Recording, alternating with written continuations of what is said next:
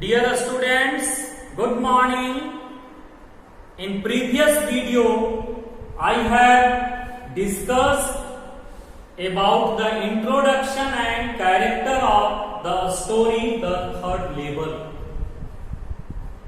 पिछले क्लास में हम लोग थर्ड लेवल के इंट्रोडक्शन और कैरेक्टर ये दोनों को डिस्कस कर चुके थे और पहले पैराग्राफ को हम लोग 4-5 लाइन पढ़े थे। जितना हम लोग पढ़ चुके हैं उससे अब तक जो क्वेश्चंस एराइज हुए हैं, पहला कि what does the third level refer to, जो बहुत ही इंपॉर्टेंट क्वेश्चन है। What does the third level refer to, उसका हम लोग कल आंसर किए थे, देखे थे, लिखे भी थे कि there are only 2 levels in any underground railroad, but Charlie, the narrator of the story, claims that he had gone to the third level of Grand Central Station in America. In fact, the third level does not exist in reality. हकीकत में third level होती ही नहीं. It was only the product of narrator's imagination. ये केवल Charlie की कल्पना की उपज है. And it was a medium of escape from reality. और उसके रियलिटी से बच निकलने का एक माध्यम था. सेकंड हम लोग देखें कि what will the president of the New York Central and New York New Haven and Hartford railroad spears. तो ये जितने जो प्रेसिडेंट हैं न्यूयॉर्क सेंट्रल, ये सारे स्टेशन के नाम हैं अंडरग्राउंड रेल रोड के. ये जितने भी जगह आपको दिखाई पड़ रहे हैं, New York Central, New York, New Haven और हार्टफोर्ड रेल रोड के जो प्रेसिडेंट हैं, वो समय सारणी की ढेर लगाकर कसम खा करके क्या करते हैं कि there are only 2 levels in any underground railroads. ये दुनिया के किसी अंडरग्राउंड रेल रोड में 2 ही लेवल होते हैं. What does narrator claim, narrator क्या दावा करता है कि he had gone to the third level. अब जो नेक्स्ट हम लोग डिस्कस कर चुके हैं कि हु वाज चार्ली, तो Charlie was the narrator of the story the third level. He was 31 years old. What was his hobby, उसकी हॉबी क्या थी? He was a philatelist. क्या था वो? डाक टिकट संग्रह करने वाला था. What was his curious experience, curious means विचित्र, उसका विचित्र अनुभव क्या था? तो he had a curious experience that he had gone to the third level of Grand Central Station in America. अब जो नेक्स्ट क्वेश्चन है, why did Charlie discuss his curious experience with his psychiatrist friend? Charlie अपने विचित्र अनुभव की चर्चा अपने मनोचिकित्सक दोस्त, क्या नाम था उसका? सैम से क्यों किया? तो Charlie had a curious experience that he had gone to the third level of Grand Central Station in America, but no one blamed. Charlie का विचित्र अनुभव था कि वो अमेरिका के ग्रांड सेंट्रल स्टेशन के थर्ड लेवल पर जा चुका है, बट नो वन ब्लेम्ड, लेकिन किसी को उसके बातों पर विश्वास नहीं होता था. सो he was in a confusion और in a dilemma about his visit to the third level. इसलिए चार्ली अपने थर्ड लेवल के विजिट को लेकर दुविधा में था, क्योंकि जहां भी कहता था लोग उसको मजाक उड़ा देते थे. And he wanted to get rid of his dilemma, और वह अपने इस दुविधा से, धर्म संकट से छुटकारा पाना चाहता था. That's why Charlie discussed his curious experience with his psychiatrist friend. इसलिए चार्ली अपने इस विचित्र अनुभव की चर्चा अपने मनोचिकित्सक दोस्त से करता है. अब हम लोग आगे देखें कि what did the psychiatrist say about the Charlie's visit to the third level. Psychiatrist ने कहा कि it is your waking dream wish fulfillment, कि चार्ली तुम्हारा थर्ड लेवल का जो विजिट है, it is a waking dream, जागते हुए स्वप्न देखना असंभव चीज. विश फुलफिलमेंट, तुम्हारी कोई वैसी इच्छा जो पूरा नहीं हो सकी, उस इच्छा की पूर्ति मात्र है. हो सकता है कि you are unhappy, from your life. हो सकता है कि तुम अपने जीवन में किसी चीज से नाखुश हो। चार्ली कहता है कि यह सुनकर तो उसकी पत्नी लोइजा मानो पागल हो गई थी। लोइजा ये मानने के लिए ही तैयार नहीं थी कि चार्ली अपनी जिंदगी से नाखुश है, लेकिन उसने एक्सप्लेन किया आगे सैम ने कि the modern world is full of insecurity, fear, war, worry, stress and all the rest of it, and everyone wants to get rid from these bitter realities of life. So your visit to the third level was a medium of escape, and your hobby of stamp collection may be responsible for it. Charlie को Sam explain करता है कि यह आधुनिक दुनिया असुरक्षा, insecurity, fear, भय, वार, युद्ध, वरी, चिंता, इन सारी चीजों से भरी पड़ी और हर कोई इस दुविधा से, इस reality, harsh reality of life से, इन भय से, तनाव और दबाव से छुटकारा पाना चाहता है। इसलिए हो सकता है कि तुम्हारा थर्ड लेवल का जो विजिट है इन चीजों से छुटकारा पाने का एक माध्यम हो, लेकिन चार्ली ये मानने के लिए तैयार नहीं था। चार्ली कहता है कि ऑफ कोर्स दुनिया में हर व्यक्ति तनाव और दबाव में जीता है, तो हर कोई थर्ड लेवल क्यों नहीं चला जाता, मैं भी क्यों चला गया। चार्ली इस बात को मानने से इनकार करता है। यहां पर बुक का एक बहुत ही इंपॉर्टेंट क्वेश्चन है कि the modern world is full of insecurity, fear, war, worry, stress and all the rest of it. What are the ways to overcome them? यह आधुनिक दुनिया असुरक्षा, भय, युद्ध, तनाव से भरी पड़ी। क्या आपके पास कोई ऐसा मीडियम है, ऐसा माध्यम है जिससे हम इस तनाव और दबाव से छुटकारा पा सकते हैं? तो सबसे पहले हम लोग देखें कि इस पूरी दुनिया में कोई भी ऐसा व्यक्ति नहीं है जो तनाव और दबाव में नहीं जीता। In this fast changing nuclear era, everyone wants to become rich overnight by any hook or crook, which has created a lot of frustration among human beings. इस प्रमाणिक युग में हर कोई रातों रात आज अमीर बन जाना चाहता है, चाहे वो तरीका सही हो या गलत। इसने हमारे जीवन में रेस्टलेसनेस, बेचैनी उत्पन्न कर दी। दुनिया का कोई ऐसा व्यक्ति नहीं जो तनाव और दबाव में नहीं जीता, भले उस तनाव और दबाव का लेवल जैसा हो। जैसे किसी को भूख से मरने की चिंता है, उस तनाव में है, तो कोई इतना खा लिया है कि अगर डाइजेस्टिव एंजाइम नहीं मिलेंगे तो कैसे उसको डाइजेस्ट करेगा।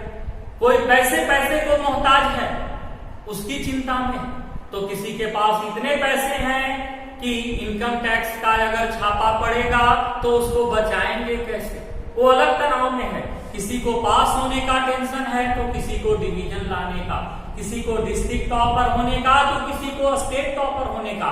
हर कोई तनाव और दबाव में जीता है। अगर आप जिसको भी चाहें, एक कॉमन ह्यूमन साइकोलॉजी है, आप जिसको चाहें रास्ता चलते उसको तुम तनाव में ला सकते हो। कुछ नहीं, वो रास्ता चल रहा है, किसी अननोन व्यक्ति को हम चाहें तो घंटा 2 घंटा के लिए जो है, आधे घंटे के लिए टेंशन में, तनाव में ला सकते हैं। वो जा रहा है, केवल उसके तरफ गौर से देखकर 2 बार मुस्कुरा दीजिए, वो आ गया तनाव में। कौन था, क्यों हंसा, कहां इसको देखे थे, वो आ गया तनाव में। तो दुनिया का कोई ऐसा व्यक्ति नहीं जो तनाव और दबाव में नहीं जीता हो।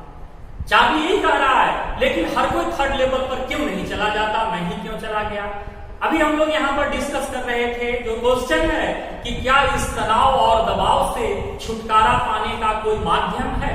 No, unfortunately we have no any panacea. Panacea means a remedy for all diseases, जिसको रामबाण कहते हैं, हर बीमारियों की एक ही दवा। क्या मार्केट में कोई ऐसा एंटीबायोटिक या पेन किलर है जो एक टैबलेट खिला देने के बाद हम इस तनाव और दबाव से मुक्त हो जाएं, छुटकारा पा लें? No, because happiness is entirely a subjective feeling. क्योंकि खुशियां पूरी तरह से आत्मगत चीज होती है, which can't be measured, जिसको मापा ही नहीं जा सकता। वन मैन्स एलेक्जिव में बी पॉइजन फॉर अनदर। जो एक व्यक्ति के लिए अमृत है वो दूसरे के लिए जहर हो सकती है। इसलिए खुशियों को चूंकि मापा नहीं जा सकता, खुशियों का कोई डिफिनीशन नहीं है, इसलिए इस तनाव और दबाव से छुटकारा का भी कोई एक निश्चित माध्यम नहीं। But some people take the help of a doctor और ए साइकेट्रिस्ट। कुछ लोग डॉक्टर का सहारा लेते, तो कुछ लोग साइकेट्रिस्ट मनोचिकित्सक का, तो कुछ लोग डांस, ड्रामा, म्यूजिक, फिल्म इत्यादि का सहारा लेते हैं। कुछ लोग योगा करते हैं, कुछ लोग जो है ड्रीमिंग का भी सहारा ले लेते हैं। In fact dreaming of future is the easiest escape from the bitter realities of present. वास्तव में भविष्य का स्वप्न देखना भी वर्तमान के कड़वे हकीकत से बचने का सबसे आसान तरीका है। तो कुछ लोग जो है वो अल्कोहल का भी सहारा ले लेते हैं। तो हमारे पास इस तनाव और दबाव से छुटकारा का कोई माध्यम नहीं है। इस स्टोरी में हम लोग देखेंगे कि Charlie the narrator of the story went into the third level to get rid of stress and strain. इस तनाव और दबाव से छुटकारा पाने के लिए चार्ली तो थर्ड लेवल ही चला जाता है। जब सैम उससे कहता है कि तुम्हारी स्टाम्प कलेक्शन की हॉबी भी इसके लिए रिस्पॉन्सिबल हो सकती है, चार्ली कहता है कि ठीक है, मैं तो स्टाम्प कलेक्शन के कारण थर्ड लेवल गया, लेकिन चार्ली कहता है कि his grandfather also used to collect stamp and the president of America Franklin D Roosevelt he was also a philatelist but they never wandered into the third level. कहता है कि उसके दादाजी भी स्टाम्प कलेक्शन करते थे और उस दुनिया में उनके जमाने में इतनी तनाव और दबाव नहीं थी, तो वो थर्ड लेवल पर क्यों नहीं चले गए। अमेरिकी राष्ट्रपति फ्रैंकलिन डी रूजवेल्ट भी स्टाम्प कलेक्टर थे, तो वो थर्ड लेवल पर क्यों नहीं चले गए। तो सैम ने चार्ली को जितना समझाया कि थर्ड लेवल नहीं होती, ये तुम्हारा जागते हुए स्वप्न देखना है, तुम्हारी वैसी कोई इच्छा जो पूरी नहीं हो सकी उसकी पूर्ति। देखिए ड्रीम की केमिस्ट्री क्या होती कि जो चीजें हमारे चेतन मन में पूरा नहीं होती उसी को हमारा अचेतन मन आकर पूरा कर देता है। यही ड्रीम की केमिस्ट्री। सपोज कीजिए कि अगर आपको किसी शादी में जाना है, आपने पूरी पैकिंग कर ली, लेकिन किसी कारणवश आप नहीं जा सके, उसी के बारे में थिंक ओवर कर रहे हैं, तो बेड पर सोइएगा, तो उस शादी पार्टी में आराम से शामिल हो जाइएगा, बैंड बाजे पर डांस भी कर लेंगे और नींद खुलेगी तो अपने रूम में रहेंगे। तो यही ड्रीम की केमिस्ट्री। अब यहां से हम लोग देखें कि व्हाट डिड द साइकेट्रिस्ट, जो नेक्स्ट क्वेश्चन है कि what did the psychiatrist, what did the psychiatrist say about Charlie's visit to the third level. Psychiatrist ने चार्ली के थर्ड लेवल के विजिट के बारे में क्या कहा।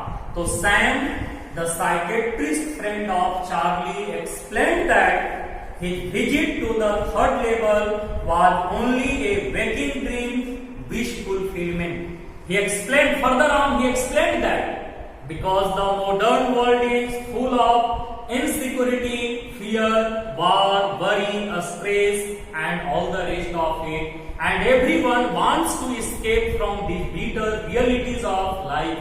So your visit to the third level was a medium of escape. He also told that your hobby of stamp collection may be responsible for it. और देखेंगे हम लोग कि रियली चार्ली आखिर थर्ड लेवल पर गया कैसे। अब चार्ली यहां से अपना नेक्स्ट जो है अब स्टोरी को बता रहा है चार्ली की जो विचित्र घटना उसके साथ हुई। One summer evening he worked late in his office and he wanted to reach his apartment as soon as possible where his wife Louisa was waiting for him. So Charlie कहता है I decided to go through the subway because it is faster than the bus. Charlie कह रहा है कि वह एक गर्मी की शाम थी। उस शाम वो लेट तक अपने ऑफिस में काम किया उसे घर पहुंचने की जल्दीबाजी थी, इसलिए उस दिन वो सबवे से जाने का निर्णय लिया। Why? Because Subway is faster than the bus, क्योंकि सबवे बस से तेज चलती। अब यहां पर जो 6 नंबर हम लोग क्वेश्चन देखेंगे कि why did